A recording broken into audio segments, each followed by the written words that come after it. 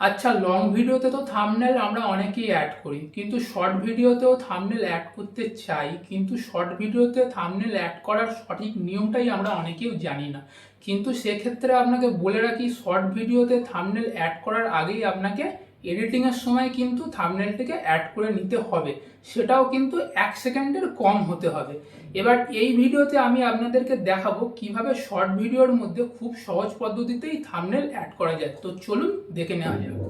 তো প্রথমেই আমরা আমাদের ইউটিউবে চলে আসবো, এখান থেকে প্লাস আইকনে ক্লিক করব। ক্লিক করার পর এখান থেকে আমরা যে কোনো একটা রিলস পিক করে নেব। তো আমি এই রিলসটা পিক করে নিচ্ছি। এবার ডানে ক্লিক করব, এটা প্রসেসিং হবে। প্রসেসিং হওয়ার পর রাইট চিহ্নতে ক্লিক করব, নেক্সটে ক্লিক করব।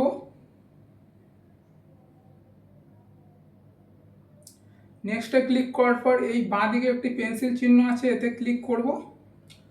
এবার আপনি এইটাকে ধরি যে কোনো একটি আপনি ফ্রেম, আপনি ভিডিওর যে কোনো নির্দিষ্ট অংশ এখানে রাখতে পারেন। তো আমি বেসিক্যালি এডিটিংয়ের সময় একটি থাম্বনেল তৈরি করে নিয়েছিলাম, তো ফার্স্টের যে ইন্টারফেস সেটাই আমি রাখবো। দেখুন আমার থাম্বনেলটা এসে গেছে, এবার আমি ডানে ক্লিক করে দেবো।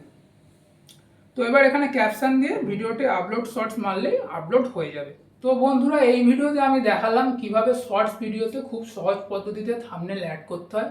সো এই সংক্রান্ত যদি কোনো প্রশ্ন থেকে থাকে আপনারা আমার কমেন্ট বক্সে জানাবেন, আমি অবশ্যই আপনাদেরকে রিপ্লাই দেবো।